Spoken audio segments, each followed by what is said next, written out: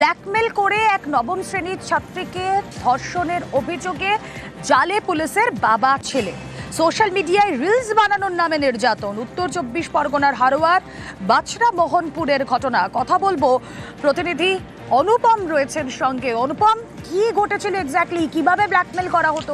দেখো, এই যে হারোয়া থানার বাছড়া মোহনপুর এলাকা, এখানে অরবিন্দ মণ্ডল নামে এবং অরবিন্দ মণ্ডল এবং তার ছেলে এখানকার নামকরা ইউটিউবার, এবং সে তারই এলাকার একজন নবম শ্রেণীর ছাত্রী নাবালিকা, তাকে নাচের রিলস বানিয়ে ভাইরাল করার প্রলোভন দেখিয়ে তার অশ্লীল ছবি তোলে এবং সেই অশ্লীল ছবি ভাইরাল করার ভয় দেখিয়ে অরবিন্দ মণ্ডল তাকে ধর্ষণ করে।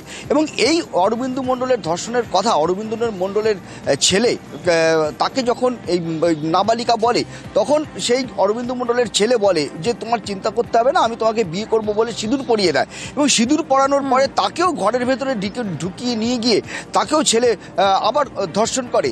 এই বাবা এবং ছেলে দুজনেই মিলেই কিন্তু ধর্ষণ করে। এরপরে মেয়েটি কান্নাকাটি করতে থাকে, গভীর রাত হয়ে যায় এবং ওই মেয়েটি পরিবারের লোকজন যখন তাকে খুঁজে না পায়, তখন এই অরবিন্দ মণ্ডলের বাড়িতে গিয়ে সেই মেয়েটিকে উদ্ধার করে এবং কান্না অবস্থায় এবং অসুস্থ অবস্থায়। তখন পুরো ঘটনা নাবালিকার কাছে শুনে হারোয়া থানায় অভিযোগ দায়ের করে এবং ওই অভিযোগের ভিত্তিতে অরবিন্দ মণ্ডল এবং তার ছেলেকে পুলিশ গ্রেপ্তার করেছে এবং আজকে অরবিন্দ মণ্ডলকে 5 দিনের পুলিশি হেফাজত চেয়ে বসিরহাট মহকুমা আদালতে পাঠাচ্ছে এবং অরবিন্দ মণ্ডলের ছেলেকে জুবিনাইল কোর্টে আজকে তোলা হয়েছে।